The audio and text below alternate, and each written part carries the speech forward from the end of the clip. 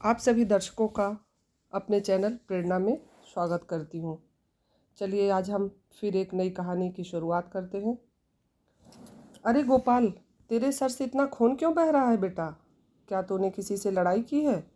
गोपाल बहुत तेजी से चीखा। माँ, यह जो भी हुआ है सब तुम्हारे कारण हुआ है। कांता जी को मानो काटो तो खून नहीं। उन्होंने इस तरह गोपाल का यह रूप कभी नहीं देखा था, या सिर्फ उनकी आंखों से अश्रुधारा बह रही थी। गोपाल ने कहा, मेरे प्रमोशन होने के कारण आज मैं अपने ऑफिस मिठाई लेकर गया। जब मेरे साथी भाइयों ने कहा कि हम मिठाई तो क्या, तुम्हारे हाथ का पानी भी नहीं पिएंगे, क्योंकि तुम एक बिन ब्याही माँ की नाजायज औलाद हो। इन तानों से समाज ने मेरा जीना मुश्किल कर दिया है। गोपाल बहुत तेजी से माँ की ओर लपका, लेकिन बीच में गोपाल की पत्नी रजनी आ गई और उसने कहा कि आप कोई दूसरा ऑफिस ज्वाइन कर लें। तो गोपाल गुस्से में तमतमाया और बोला, मुझे इस तरह से कितनी नौकरी छोड़नी पड़ेगी?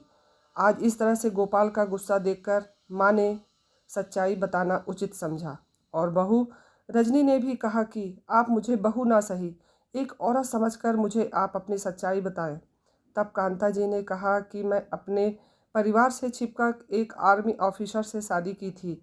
जब तक हम अपने दोनों परिवारों को मना पाते तब तक तुम्हारे पिताजी की छुट्टियां खत्म हो गई थीं और वो भी वापस चले गए।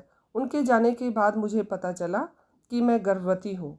कुछ दिनों के बाद वहाँ एक युद्ध के दौरान तुम्हारे पिताजी शहीद हो गए। मैंने अपने पति के घर जाकर काफ़ी मिन्नती की, फिर भी उन्होंने मुझे घर से निकाल दिया।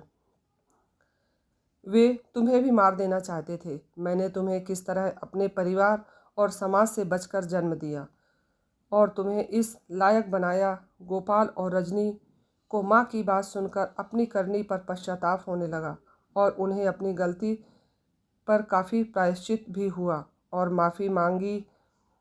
इस तरह से एक बार फिर उनका परिवार खुशी खुशी रहने लगा। इस कहानी से हमें यह शिक्षा मिलती है कि हमें बिना किसी की सच्चाई जाने उस पर दोष नहीं लगाना चाहिए। इसी तरह आप मेरे चैनल प्रेरणा में बने रहें। धन्यवाद।